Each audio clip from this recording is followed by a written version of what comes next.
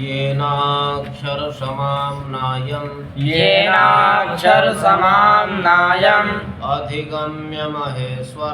अधिगम्य महेश्वरात् कृष्णं व्याकरणं प्रोक्तम् तस्मै पाणिनये नमः वाक्यकारं वररुचिं भाष्यकारं पतञ्जलिं पाणिनिं सूत्रकारं च प्रणतोऽस्मि मुनित्रयम् योगेन चेतस्य पदेन वाचा मलं शरीरस्य तु वैद्यकेन योपाकरोत्तं प्रवरं मुनीनां पतञ्जलिं प्राञ्जलिरानतोऽस्मि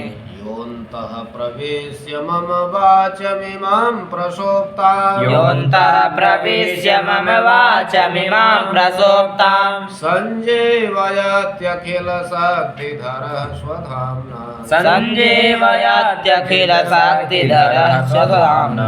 अन्याश्च हस्तचरणश्रवणत्वगादीन् प्राणान्नमो भगवते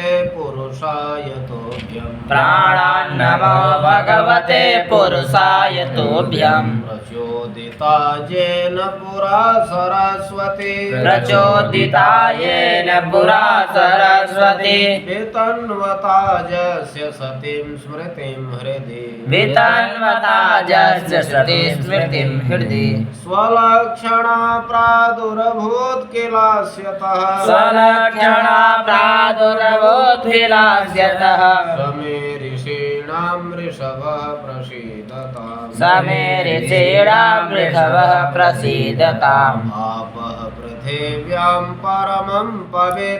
आपः पृथिव्यां परमं पवित्रम् अपां पवित्रं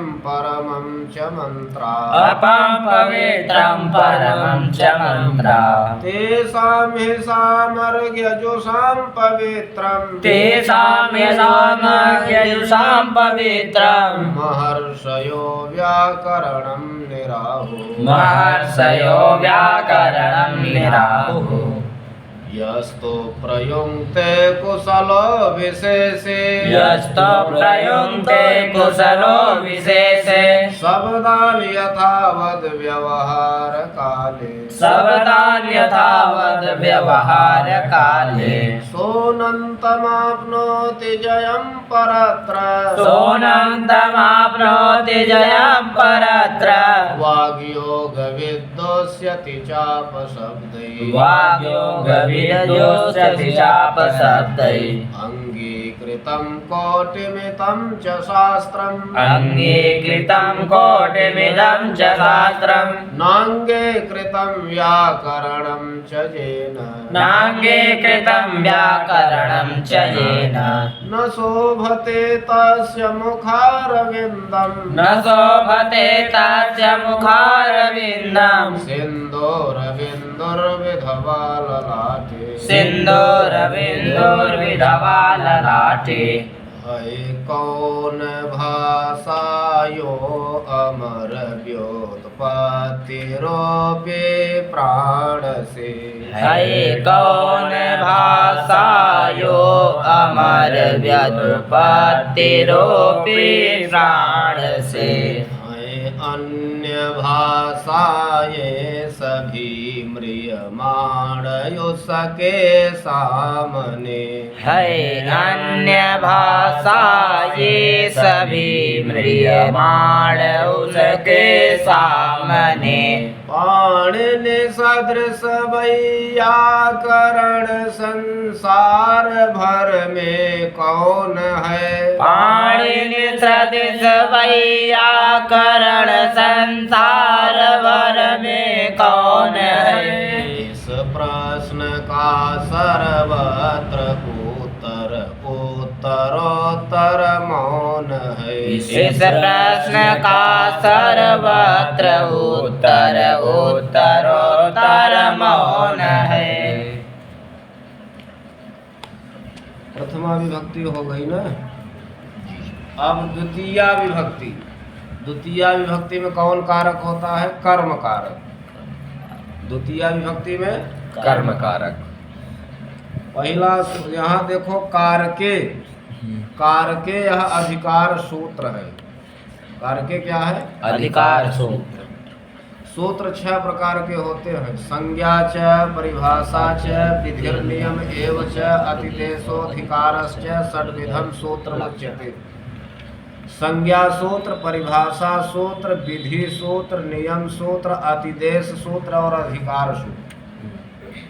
अधिकार सूत्र जहाँ रहते हैं वहाँ पर तो इनका कोई कार्य नहीं होता, लेकिन आगे के सूत्रों में ये अपना अधिकार व्यक्त करते हैं। इसीलिए अधिकार का परिष्कार है स्वदेशे वाक्यार्थ बोध शून्यत्वे सति परदेशे वाक्यार्थ बोधकत्वम अधिकारत्वम। तो कारके अधिकार सूत्र है। अब कारक प्रकरण में कारकों का अधिकार चलता है। आ गया कर्तुरेप्सित तमम कर्म।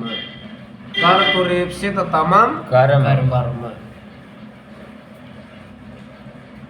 वृत्ति में लिखा है कर्तुः क्रियया आप्तुम इष्टतमम कारकम कर्म संज्ञम स्यात्। कर्ता क्रिया के द्वारा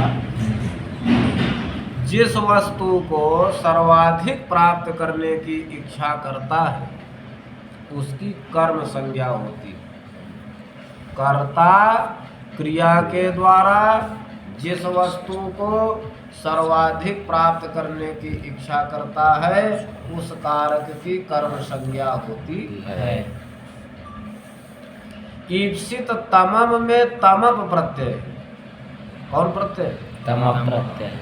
तमप प्रत्यय कहाँ होता है? अतिसायने तमविष्ठनौ। अतिसायने तमविष्ठनौ। अतिशय अर्थ को बताने के लिए तमप और इष्ठन प्रत्यय होते हैं। कौन कौन? तमप और इष्ठन। देखो जैसे तुम्हारे अंग्रेजी में 3 डिग्री होती है ना, एसर्टिव, कंपैरेटिव और सुपरलेटिव। 3 डिग्री होती है कि नहीं? तुमने जो है गो वेंट गान करते हो, गुड बेटर बेस्ट करते हो, उसी प्रकार संस्कृत में भी है। ईप्सित, ईप्सित तर, अईप्सित तम। जब सामान्य रूप से कोई चीज अभीप्सित है तो उसको ईप्सित बोले। किसी से कोई कंपैरिजन नहीं है, तुलना नहीं। और जब 2 से तुलना की जाएगी तो ईप्सित तर। और जब बहुत अधिक तुलना की जाएगी, बहुतों से तुलना की जाएगी तो वहाँ ईप्सित तम, ईप्सित तम, वहाँ तम प्रत्यय हो जाएगा। तो यानी ईप्सित तमम यहाँ है ना, यानी सर्वाधिक प्राप्त करने की इच्छा। कर्ता क्रिया के द्वारा जिस वस्तु को सर्वाधिक प्राप्त करने की इच्छा करता है उस कारक की कर्म संज्ञा होती है। अब यहाँ उदाहरण नहीं है, उदाहरण अपने से लगा लो। जैसे रामः गृहे फलम इच्छति, ये वाक्य है। राम घर में फल की इच्छा करता है। यहाँ कर्ता कौन है? राम। क्रिया क्या है? इच्छा। इच्छा करता है। तो राम कर्ता कारक है। अब किसकी इच्छा कर रहा है? सबसे अधिक घर की कि फल की? फल की इच्छा ज़्यादा कर रहा है। यद्यपि घर जाएगा तभी फल मिलेगा, लेकिन वो घर की इतनी इच्छा नहीं कर रहा है जितनी की फल। तो कर्ता राम इच्छित क्रिया के द्वारा जिस वस्तु को सर्वाधिक प्राप्त करने की इच्छा कर रहा है फल की, उसकी कर्म संज्ञा उसमें द्वितीया होगी। और घर अधिकरण है तो उसमें सप्तमी हो जाएगी। रामः गृहे फलम इच्छति। अब यहाँ प्रश्न किया कि कर्तुः किम, कर्ता को अत्यंत ईप्सित हो तभी होता है, ऐसा क्यों कहा? मासेषु अश्वम बधनाति। मासेषु अश्वम बधनाति। बधनाति। अब इस वाक्य में भी कर्ता नहीं है, अपने से जोड़ लो। अपने से क्या जोड़ोगे? कृषकः कृषकः मासेषु अश्वम बधनाति। किसान, मास माने उड़द, मास माने उड़द। उड़द का खेत है, उड़द के खेत में घोड़ा जो है पड़ गया, तो यहाँ पर जो है घोड़े को कौन बधनाति माने बांध रहा है? कौन बांध रहा है? किसान। उड़द के खेत में पड़े हुए घोड़े को कौन बांध रहा है? किसान। अब बताओ यहाँ कर्म संज्ञा किसकी हुई है? अश्व की। अश्वम तब न द्वितीया है, अश्व माने घोड़ा। अब किसान, जो कर्ता किसान है, उसको ईप्सित क्या है? ईप्सित तम क्या है? घोड़ा है कि उड़द है? उड़द कहाँ से? अब यही तो बात है, विवक्षातः कारकाणि भवन्ति। कारक हमेशा विवक्षा से होता है। अरे उड़द का खेत है, वो तो अपने आप सुरक्षित हो जाएगा जब घोड़ा बांध देगा। यहाँ कर्ता जो कृषक है, उसको ईप्सित तम कारक कौन है? अश्व, घोड़े को बांधे। इसलिए कर्ता कृषक को बधनाति क्रिया के द्वारा ईप्सित तम कारक कौन है? अश्व। तो उसकी जो है कर्तुरीप्सित तमम सूत्र से कर्म संज्ञा द्वितीय विभक्ति हो गई। और जो उड़द का खेत है ना, वो आधार है, इसलिए आधारोधिकरणम से अधिकरण संज्ञा और सप्तम अधिकरण जैसे सप्तमी हो गई। समझ गए ना? आगे लिखते हैं कर्मण ईप्सिता मासाह न तु कर्तु। कर्म को ईप्सित है उड़द, न कि कर्ता को। यहाँ कर्म कौन है? अश्व। अश्व को ईप्सित है मास माने उड़द। घोड़ा न उड़द चाह रहा है अत्यधिक, किसान थोड़ी चाह रहा है। किसान तो घोड़े को बांधना चाह रहा है कि ये बंध जाए तो हमारा उड़द का खेत सुरक्षित हो जाएगा। इसलिए कर्म अश्व को ईप्सित है उड़द, न कि कर्ता किसान को। किसान को तो घोड़ा बांधना ही ईप्सित तब। तम ग्रहणम किम, सूत्र में तम प्रत्यय का ग्रहण क्यों किया? कर्तुरीप्सित तमम कर्म, सूत्र में तम प्रत्यय का ग्रहण क्यों किया? बोले पयसा उदनम भुंक्ते। अगर तम प्रत्यय का ग्रहण नहीं करते तो अतिशय अर्थ विशिष्ट से भिन्न में भी जो है कर्म संज्ञा होने लगती। जैसे पयसा उदनम भुंक्ते। अब यहाँ तुम कर्ता अपने से लगा लो। बालकः पयसा ओदनम भुंक्ते। बालक दूध के द्वारा, ओदन माने ओदन माने भात खा रहा है। बालकः पयसा ओदनम भुंक्ते, बालक दूध के द्वारा भात खा रहा है। अब बताओ यहाँ बालक को अत्यंत ईप्सित क्या है? दूध खाना है कि भात खाना? हाँ, भात खाना। अरे ओदनम में द्वितीया है ना, वो भात खाएगा दूध तभी उसको मिलेगा। मैंने भोजन कर रहा था, थोड़ा सा चावल छूट रहा था, तो उसकी माता ने कह दिया कि दूध ले लो, चावल खा लो, भात खा लो। तो यहाँ बालक जो करता है उसको ईप्सित तम क्या हो गया? भात खा लो। इसलिए ईप्सित तम में कर्म संज्ञा द्वितीया हो गई। और भात खाएगा तभी उसको दूध मिलेगा। दूध भात को खाने का कारण है, इसलिए साधकत्वम करणम से करण संज्ञा तृतीया विभक्ति हो गई। पयसा ओदनम भुंक्ते। कर्म इत्यनुवृत्तौ पुनः कर्म ग्रहणम आधार निवृत्त्यर्थम।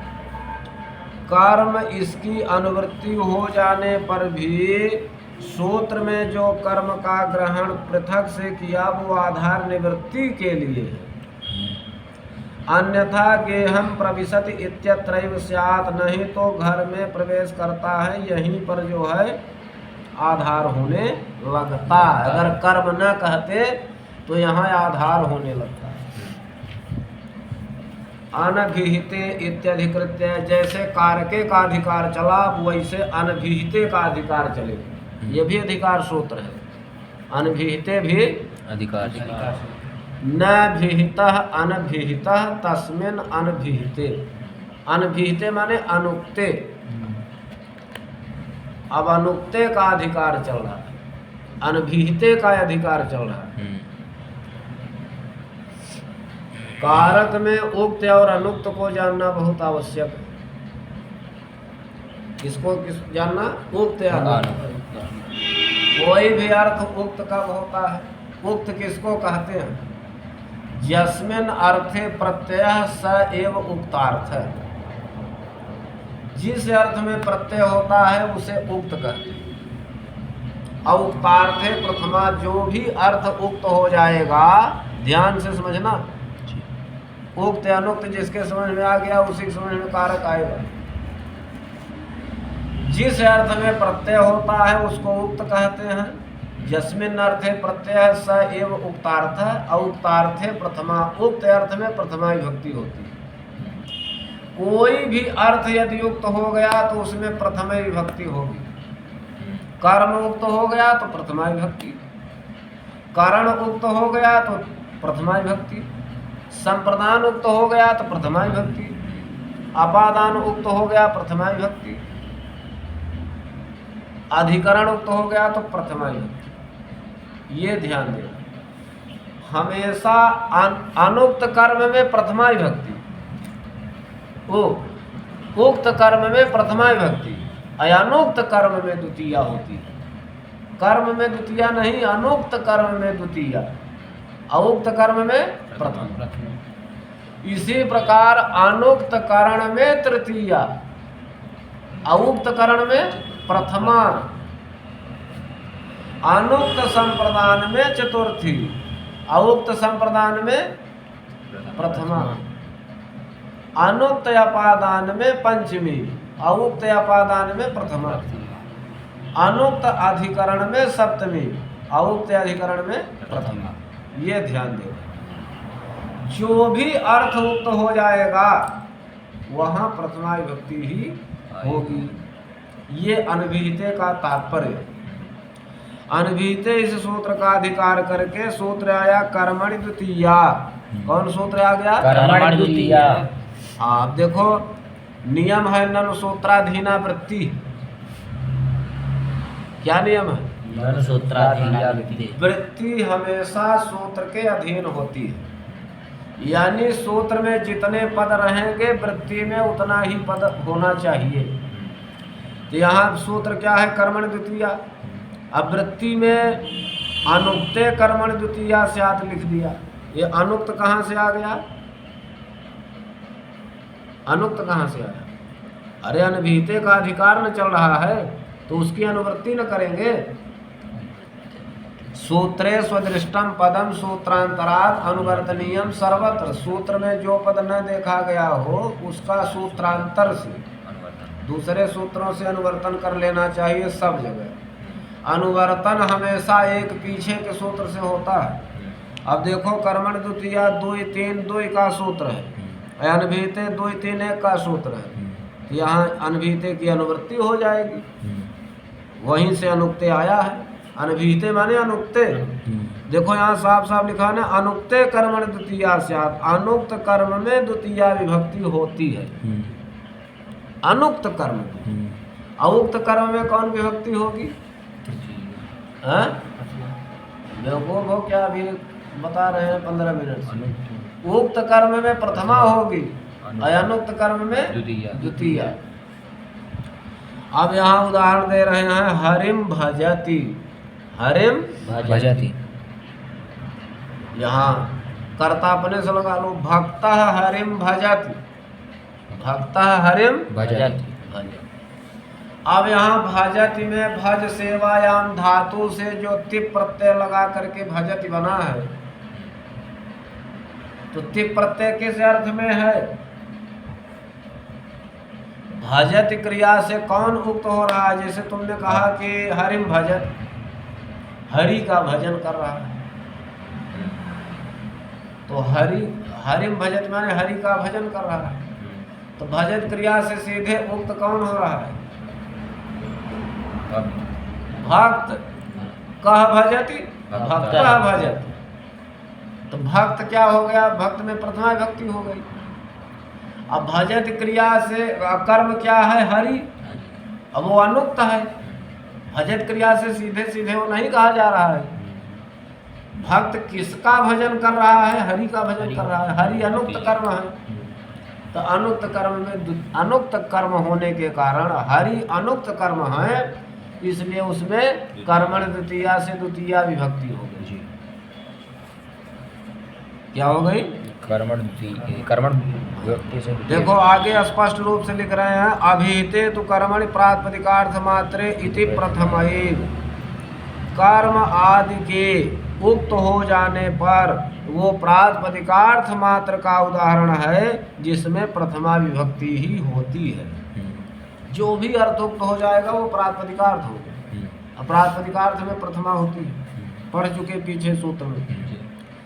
अच्छा, अभिधान माने उक्त होता किससे किससे है? अभिधानम च प्रायेण तिंकृत तद्धित समासई। अभिधानम च प्रायेण तिंकृत तद्धित समासई। अभिधान माने उक्त। उक्त तिंग से होता है, कृत से होता है, तद्धित से होता है और समास से। क्रमशः उदाहरण पहले तिंग का उदाहरण दे रहे हैं। हरि सेव्यते। हरि सेव्यते। हरि की सेवा की जा रही। हरि की सेवा की जा रही। की जा रही। अब यहाँ सेव्यते में जो है तिंग प्रत्यय। कौन प्रत्यय है? तिंग। आत्मनेपद।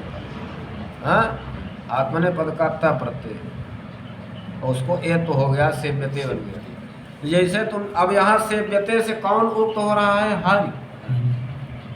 किसकी सेवा की जा रही? हरि। तो हरि कर्म है जो उक्त हो गए। उक्त हो गए तो उक्त कर्म में प्रथमा, देखो हरि में प्रथमा हो। और यहाँ पर केन सेव्यते हरि, तो बोले लक्ष्म्या सेव्यते हरि। लक्ष्मी के द्वारा हरि की सेवा की जाती है। तो लक्ष्मी जो है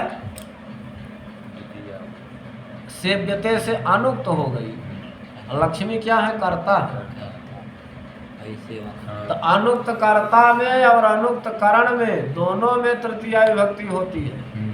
अनुक्त कर्ता में भी तृतीया, अनुक्त करण में भी तृतीया। लक्ष्म्या हरि सेव्यते। लक्ष्मी के द्वारा हरि की सेवा की जाए। ये तिंग का उदाहरण हो गया। कृत का उदाहरण लक्ष्म्या सेविता। अब देखो सेव धातु से अक्ता प्रत्यय होकर के सेविता बनता है। अक्ता प्रत्यय कृदंत का प्रत्यय है ना। लक्ष्म्या सेविता हरि। लक्ष्मी के द्वारा हरि सेवित है। तो यहाँ जो है हरि अक्ता प्रत्यय से जो कृदंत का प्रत्यय है वो तो हो गए, इसलिए प्रथमा हो गई। और लक्ष्मी अनुक्त कर्ता होने के कारण तृतीया विभक्ति होगी। अब समास तिंग का उदाहरण हो गया। कृत का तद्धित का। तद्धित का उदाहरण दे रहे, सत्येन क्रीता सत्य। 100 रुपए में खरीदी गई कोई वस्तु। 100 रुपए में जो वस्तु खरीदी जाए उसको क्या बोलते हैं? सत्य। सत्येन क्रीता सत्य। तो 100 रुपए में खरीदी गई वो वस्तु उक्त हो गई। हाँ, सत्य हो गई, सत्य हो गई, तो प्रथमा हो गई। फिर समास का उदाहरण प्राप्त आनंदो यम स प्राप्तानंद। प्राप्त हो गया है आनंद जिस गांव को, वो गांव क्या हो गया? प्राप्तानंद ग्राम। यहाँ प्राप्तानंद ग्राम उक्त हो गया, प्रथमा हो गई। इस प्रकार उक्त जो है 4 चीजों से हुआ। तिंग से, कृत से, तद्धित से, समास। चारों के उदाहरण हो गए। क्वचिन निपातेन अभिधानम। कहीं कहीं पर निपात के द्वारा भी अभिधान माने उक्त होता है। उदाहरण दिए, यथा विष वृक्षो विसंवर्ध्य स्वयं छेतुम असाम्प्रतम। विष के वृक्ष को भी बढ़ा करके स्वयं काटना अनुचित होता है। अगर कोई जहर का वृक्ष भी लगा दे तो स्वयं नहीं काटना चाहिए। अब ये शास्त्र बता रहा है, अगर विष का वृक्ष भी कोई लगा दे तो स्वयं नहीं काटना चाहिए। और यहाँ कोई वृक्ष अगर लग गया जो कि उपयुक्त नहीं है, लोग उसको अपने से काट देते हैं। वृक्ष को कभी काटना नहीं चाहिए। जब विष के वृक्ष को नहीं काटना चाहिए, अन्य वृक्षों की तो बात ही अलग है। तो यहाँ देखो निपात क्या है? आपी। निपात क्या है? आपी। और उससे उक्त क्या हो रहा है? विष वृक्ष। तो आपी निपात के द्वारा विष वृक्ष जो उक्त हो रहा है, जो कर्म है, उक्त कर्म में प्रथमा हो गई, विष वृक्षो भी बन गया। सांप्रतम इत्यस्य ही उज्जते इत्यर्थ है। यहाँ आया है ना, विष वृक्षो विषमवर्ध्य स्वयं क्षेत्रम असांप्रतम। सांप्रतम का अर्थ क्या है? उचित। सांप्रतम इत्यस्य ही उज्जत इत्यर्थ है। सांप्रतम का अर्थ क्या है? ठीक है। और असांप्रतम माने ठीक नहीं है, अनुचित है। तथा युक्तम चानेप्सितम। अब सूत्र आया, अभी पीछे सूत्र पढ़ चुके, कर्तुरीप्सित तमम कर्म। कर्ता क्रिया के द्वारा जिस वस्तु को सर्वाधिक प्राप्त करने की इच्छा करता है, उस कारक की कर्म संज्ञा द्वितीय होती है। लेकिन यहाँ बता रहे हैं कि तथा युक्तम चानेप्सितम ईप्सित तमवत क्रिया युक्तम अनेप्सितमपि कारकम कर्म संज्ञम स्यात्। ईप्सित तम के समान, जैसे सर्वाधिक ईप्सित में कर्म संज्ञा होती है, तो ईप्सित तम के समान क्रिया से योग होने पर अनीप्सित तम कारक की भी कर्म संज्ञा होती है। उदाहरण दिए, ग्रामम गच्छन् तृणम स्पृशत्। गांव जाता हुआ तृण का स्पर्श कर रहा है। तो यहाँ ईप्सित तम क्या है? गांव जाना।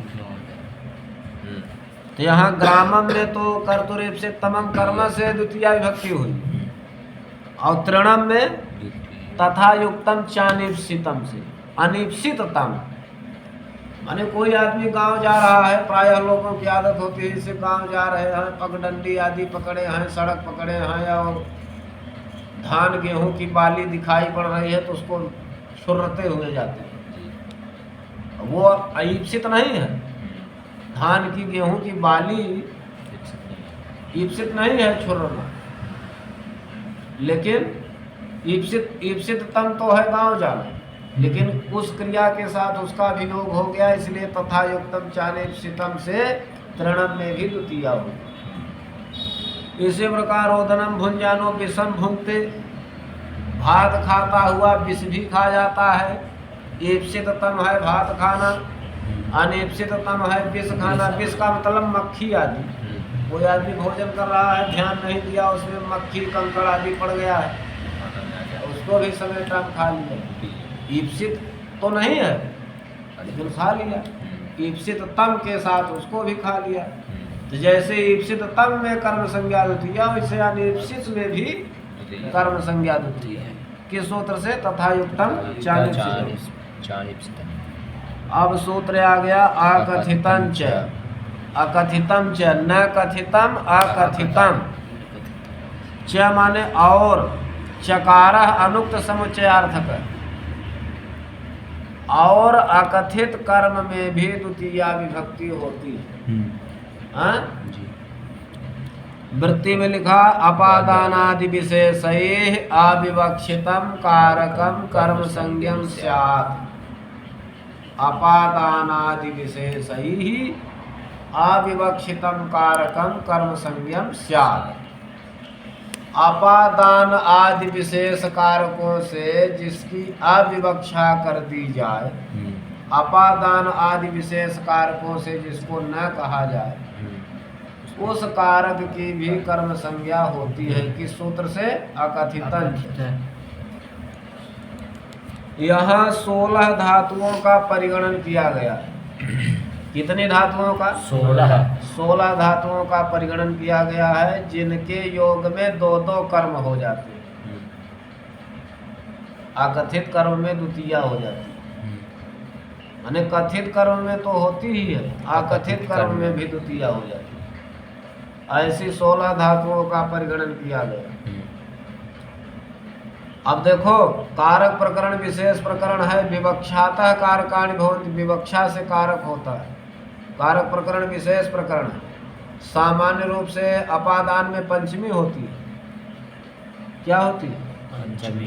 तो गाय से दूध दुह रहा है, गाय से दूध अलग हो रहा है, गाय से इसमें होना चाहिए पंचमी, लेकिन अगर तुम पंचमी लिखे गोह पयः दोग्धि तो अनुवाद तुम्हारा गलत हो जाएगा। यहाँ अपादान की अविवक्षा कर दी गई। दो धातु के योग में अपादान गाय की अविवक्षा कर दी गई, अकथित कर्म हो गया, इसलिए उसमें भी द्वितीया हो जाएगी। गाम पयः तो अनुवाद क्या हो जाएगा? गाम पयः तो। वही चीज यहाँ बता रहे हैं कि अपादान आदि विशेष कारकों से जिसकी अविवक्षा कर दी जाए उस कारक की कर्म संज्ञा होती है। ऐसी 16 धातुएं हैं जिनके योग में अविवक्षा कर दी जाती है। कौन कौन? दोह, याच, पच, दंड, रोध, प्रक्ष, ची, ब्रो, सास, जी, मथ, मुसाम। अकर्म युग स्याद कथितम तथा स्यान्ने हृ कृष्वहाम। दुह माने दुहना, याच माने मांगना, पच माने पकाना, दंड माने दंड देना, रुध माने रोकना, प्रक्ष माने पूछना, ची माने चुनना, ब्रू माने बोलना, सास माने उपदेश करना। दुह, याच, पच, दंड, रुध, प्रक्ष, ची, ब्रू, सास, जी माने जीतना, मथ माने मथना, मुस माने चुराना, नी माने ले जाना, हरि माने हरण करना, बह माने ढोना, और कृष माने खींचना। 16 धातुएं हो गई। 12 धातुएं ऊपर वाली लाइन में, और फिर नेहरे कृष्ण वह 4, ये 12 4 16। इनका कर्मयुग स्यात् अकथितम, इनको अकथित कर्म कहा जाता है। इनके इन 16 धातुओं के योग में अकथित कर्म होता है, जिसमें द्वितीया विभक्ति होती है। अब इन सब का क्रम से उदाहरण दे रहे। आगे यहाँ लिखे दुहादी नाम द्वादशा नाम तथा नि प्रभृति नाम चतुर्णाम कर्मणा यदि युज्यते तदेवा कथितम कर्म। दुह आदि 12 धातुओं का तथा नि इत्यादि 4 धातुओं का कर्म के साथ जब योग होता है तो उसे ही अकथित कर्म कहते हैं। इति परिगणनम कर्तव्यम इत्यर्थ, ऐसा परिगणन कर लेना चाहिए। अब सबसे पहले दो धातु का उदाहरण दे रहे हैं। गाम दोग्धि पयः, गाय से दूध दुहता है, गाय से दूध अलग हो रहा है। यहाँ गाय अपादान कारक है, लेकिन उसकी अविवक्षा कर दी गई दुह धातु के योग, तो अकथितन जैसे वहाँ द्वितीया हो गई गाम। अब पयः कर्म ही है, वहाँ तो द्वितीया ही है, पयः में भी द्वितीया है। पयः पयसी पयांसी, पयः पयसी पयांसी। अब बलिम याचते वसुधाम, महाराजा बलि से पृथ्वी मांगता है। बलि से पृथ्वी कौन मांग रहे हैं? वामन भगवान। दैत्यराज बलि है और उनसे पृथ्वी कौन मांग रहे हैं? वामन भगवान। तो बलि से पृथ्वी अलग हो रही है ना, होना चाहिए पंचमी बले याचते वसुधा, लेकिन यहाँ अपादान की अविवक्षा कर दी गई याच धातु के योग में, इसलिए बलि भी कर्म हो गए। अकथितन च सूत्र से याच धातु के योग में बलि में भी द्वितीया हो गई। अब वसुधा कर्म है, वहाँ तो द्वितीया होगी। जो मांगता है ना वो छोटा बन जाता है, मांगने वाला हमेशा छोटा बन जाता है और देने वाला हमेशा बड़ा बन जाता है। अब सोचो, भगवान जो है तीनों लोकों के अधिपति है, लेकिन 3 डग भूमि मांगने गए महाराजा बलि की यज्ञशाला में, तो वामन अंगुल का रूप बना करके गए। याचको लघुताम याति सद्यः शील गुणान्वित, याचक हमेशा स्वभाव और गुण के होने पर भी लघुता को प्राप्त हो जाए। अविनीतम विनयम याचते, अविनीत माने जो दुष्ट है उससे विनम्रता की याचना करता है। याच धातु का एक दूसरा उदाहरण है। तो यहाँ याच धातु के योग में अविनम्र व्यक्ति जो अपादान संज्ञक है उसकी अविवक्षा कर दी गई, इसलिए अकथित कर्म हो गया, वहाँ द्वितीया हो गई। अब पच धातु का उदाहरण, तंडुलानोदनम पचति, चावलों से भात पकाता है। तो चावलों से, चावल करण है, होना क्या चाहिए, तंडुलई ओदनम पचति।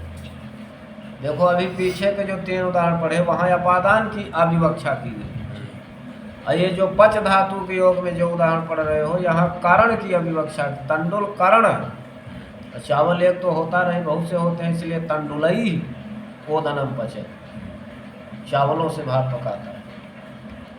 तो यहाँ चावल करण है परंतु उसकी अविवक्षा कर दी गई पच धातु के योग में, इसलिए अकथितन च से द्वितीया कर्म संज्ञा द्वितीया विभक्ति हो गई।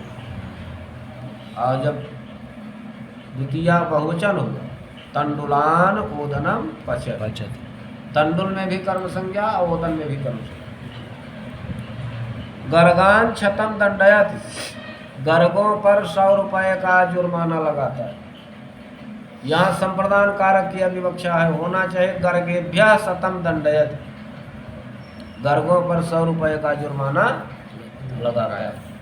गर्ग लोग सब दिन से उपद्रवी थे, तब न 100 रुपये का जुर्माना लग रहा है। 100 रुपये पुराने समय की बात है।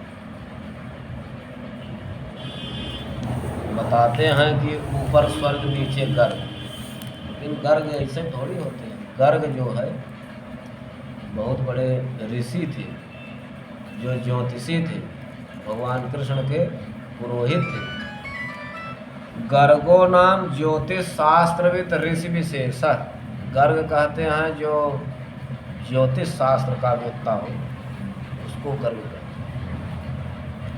तो गर्गों पर गर्गेभ्यः शतम दंडयति, गर्गों के लिए 100 रुपये का जुर्माना करता है। यहाँ पर संप्रदान है गर्ग, लेकिन संप्रदान कारक की अविवक्षा कर दी गई दंड धातु के योग में, इसलिए अकथितम च से अकथित कर्म हो गए गर्ग, उसमें द्वितीया हो गई। हाँ, और शतम में कर्म ही है, द्वितीया हो गई। फिर ब्रजम और उणधिगाम, बाड़े में गाय को रोकता है न, बाड़े में गाय को रोकता है। रुध धातु के योग में। अब यहाँ पर ब्रजे, ब्रजे और उणधिगाम, बाणा जो है अधिकरण है, अधिकरण कारक की अविवक्षा यहाँ पर है। हाँ, और रुध धातु के योग में ब्रजम अकथित कर्म हो गया, ब्रज अकथित कर्म हो गया और उसमें द्वितीया विभक्ति हो गई। माणवकम पंथानम पृक्षते, बालक से मार्ग पूछता है। हाँ, पृक्ष धातु के योग में माणवकम में द्वितीया हो। वृक्षम अवचिनोति फलानि, वृक्षों से फल चुनता है। यहाँ अपादान कारक की अविवक्षा हो गई, वृक्ष में द्वितीया हो गई अकथित कर्म से। इसी प्रकार माणवकम धर्मम ब्रूते, चाहे कहो चाहे माणवकम धर्मम शास्ति, बालक से मार्ग पूछता है, बालक से धर्म कहता है अथवा बालक को धर्म की शिक्षा देता है। तो यहाँ ब्रू और शास धातु के योग में माणवकम अकथित कर्म में द्वितीया हो गई। शतम जयति देवदत्तम, देवदत्त 100 रुपये, देवदत्त से 100 रुपये जीतता है। यहाँ जी धातु के योग में देवदत्तम में द्वितीया हो गई। सुधाम क्षीरनिधिम मथनाति,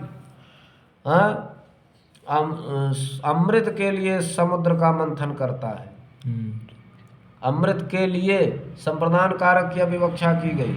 सुधा जो है संप्रदान कारक, लेकिन मथ धातु के योग में उसकी अविवक्षा कर दी गई, इसलिए अकथित कर्म हो गया, उसमें द्वितीया हो गई। सुधाम क्षीरनिधिम मथनाति, अमृत के लिए समुद्र का मंथन कर रहा है।